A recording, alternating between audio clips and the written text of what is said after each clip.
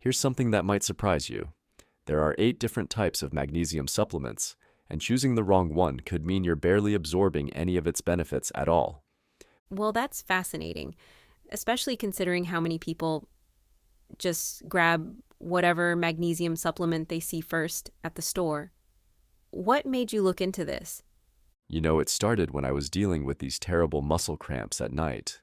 I thought magnesium might help, but when I started researching, I discovered this whole world of different magnesium types, each with their own specific benefits and absorption rates.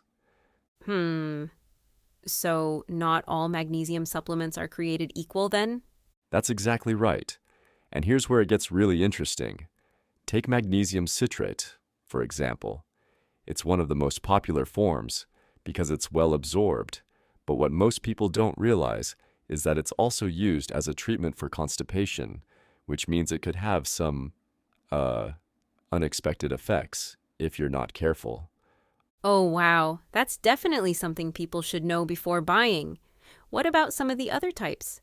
Well, magnesium glycinate is fascinating because it's actually bonded with glycine, an amino acid that helps with absorption.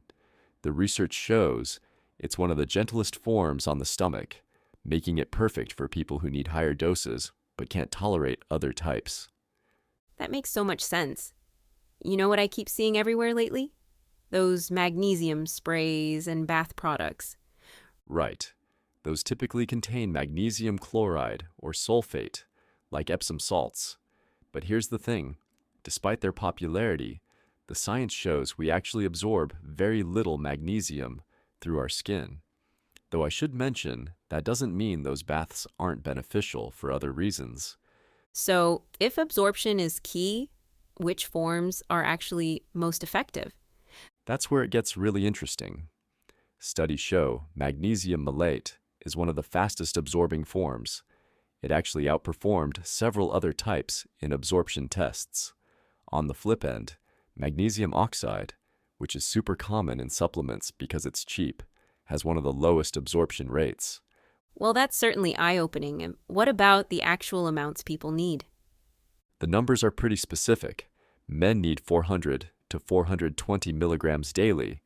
Women need 310 to 360 milligrams, and those numbers go up during pregnancy.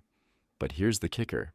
Even if you're eating magnesium-rich foods like pumpkin seeds and spinach, your body only absorbs about 30 to 40% of dietary magnesium. That's quite a low absorption rate. No wonder supplementation might be necessary for some people. Exactly. And that brings us to something really crucial, the emerging research on specific forms for specific conditions. Magnesium taurate, for instance, is showing promising results for cardiovascular health. Studies in animals demonstrated it could help lower blood pressure and protect against heart damage. That's fascinating. Are there other forms that target specific health issues? Oh, absolutely. And this is where choosing the right type becomes critical. Magnesium glycinate might be better for sleep and anxiety, while magnesium citrate could help with digestion. There's even evidence that certain forms might help with conditions like migraines, asthma, and diabetes. You know, this really highlights how important it is to make informed choices about supplements. It does. And there's one more crucial point we need to cover: safety. While magnesium from food is generally safe, supplements can interact with medications, especially antibiotics. And for people with kidney disease, certain forms of magnesium could be dangerous because their bodies can't regulate it properly.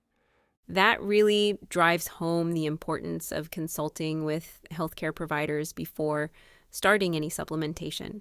Exactly right.